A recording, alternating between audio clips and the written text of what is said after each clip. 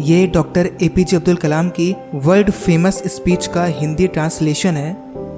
जब मैं ये स्पीच सुन रहा था तो मुझे लगा कि ये स्पीच बहुत ही ग्रेट है, पर लैंग्वेज के बैरियर की वजह से कई लोग इसे कभी सुन ही नहीं पाएंगे, कभी समझ ही नहीं पाएंगे। इसलिए मैंने इसे हिंदी में ट्रांसलेट किया और मैं एक बात दावे के साथ कह सकता हूँ कि अगर आप इस स्पीच को ध्यान से सुनते हैं तो आपकी लाइफ पूरी की पूरी बदल जाएगी। मैं चाहता हूं कि यंग लोग ये समझें कि फेलियर को, हार को मैनेज कैसे करते हैं, क्योंकि कोई भी काम आप करोगे आपको समस्याओं से गुजरना पड़ेगा। प्रॉब्लम आपकी लाइफ की कैप्टन नहीं बननी चाहिए, आपको अपनी प्रॉब्लम्स का कैप्टन बनना चाहिए और प्रॉब्लम्स को हराकर सफल होना चाहिए। लर्निंग मतलब सीखने की आदत क्रिएटिविटी यानी रचनात्मकता देती है। क्रिएटिविटी सोचने पे जोर देती है और थिंकिंग यानी कि सोच हमें नॉलेज देती है और नॉलेज यानी कि ज्ञान आपको महान बनाता है। इतिहास ने ये प्रूफ किया है कि जो असंभव की कल्पना करने की हिम्मत करते हैं वे वही होते हैं जो सभी मानवीय सीमाओं को तोड़ देते हैं।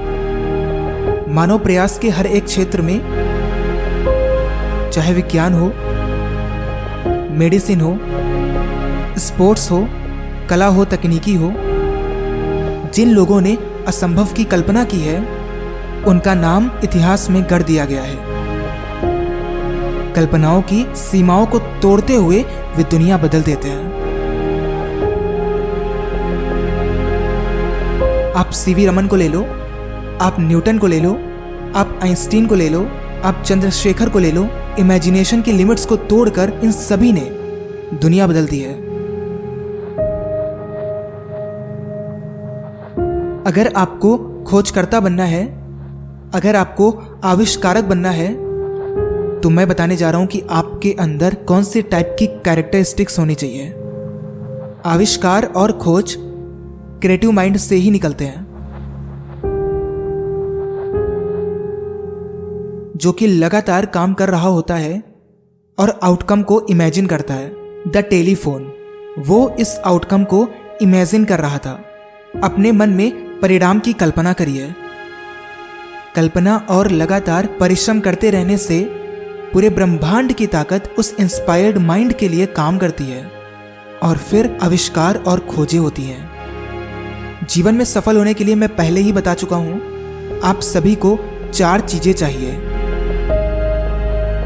पहली, बड़ा लक्ष्य, ग्रेट एम। मैं बड़ा लक्ष्य रखूंगा या रखूंगी। मैं लगातार ज्ञान को प्राप्त करूंगा। मैं कठिन परिश्रम करूंगा। मैं दृढ़ रहूंगा और सफल होऊंगा। यही मंत्र है। आपको पता है, मेरे एक टीचर थे जब मैं छोटा था, 10 साल का था, युद्ध का समय था, दूसरा विश्व युद्ध चल रहा था। उस समय मैं अपनी क्लास को देखता था।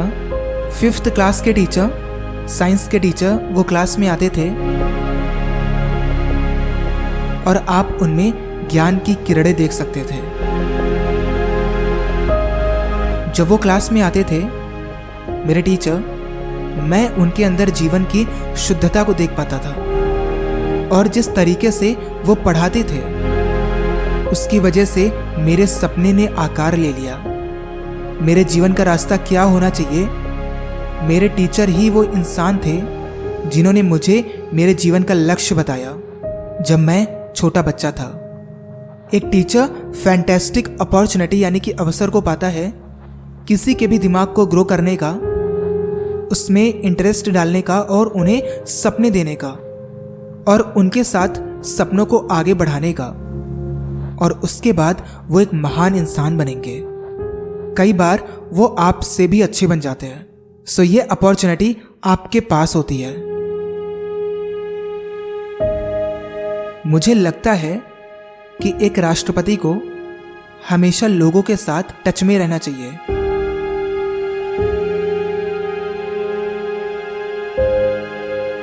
मैं ये फील करता हूं कि जब भी मैं कुछ देता हूं तो मैं बहुत खुश होता हूँ। आपको भी ये ट्राई करना चाहिए। कई बार आपके पास नॉलेज होता है, कई बार पैसे होते हैं, पर अच्छे शब्द, काइंड वर्ड्स आपके पास हमेशा होते हैं देने के लिए। मैं पर्सनली ये बिलीव करता हूँ कि आपके पास ड्रीम यानी कि सपना ज़रूर होना चाहिए। आपको नॉलेज प्राप्त करते रहना चाहिए, हार्ड वर्क करना चाहिए और दृढ़ रहना चाहिए। मुश्किलों से डरेंगे नहीं।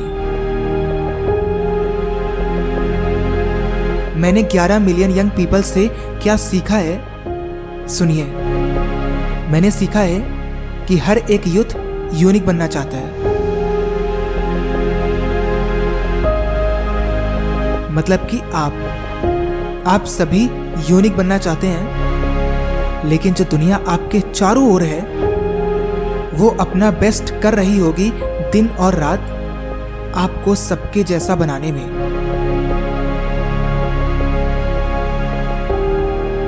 सवाल यह है कि आप यूनिक बनना चाहते हैं या सबके जैसा।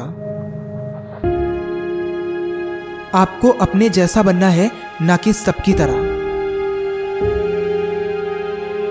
चैलेंज यह है कि आपको सबसे कठिन युद्ध लड़ना होगा जो किसी इंसान ने कभी सोचा भी ना हो।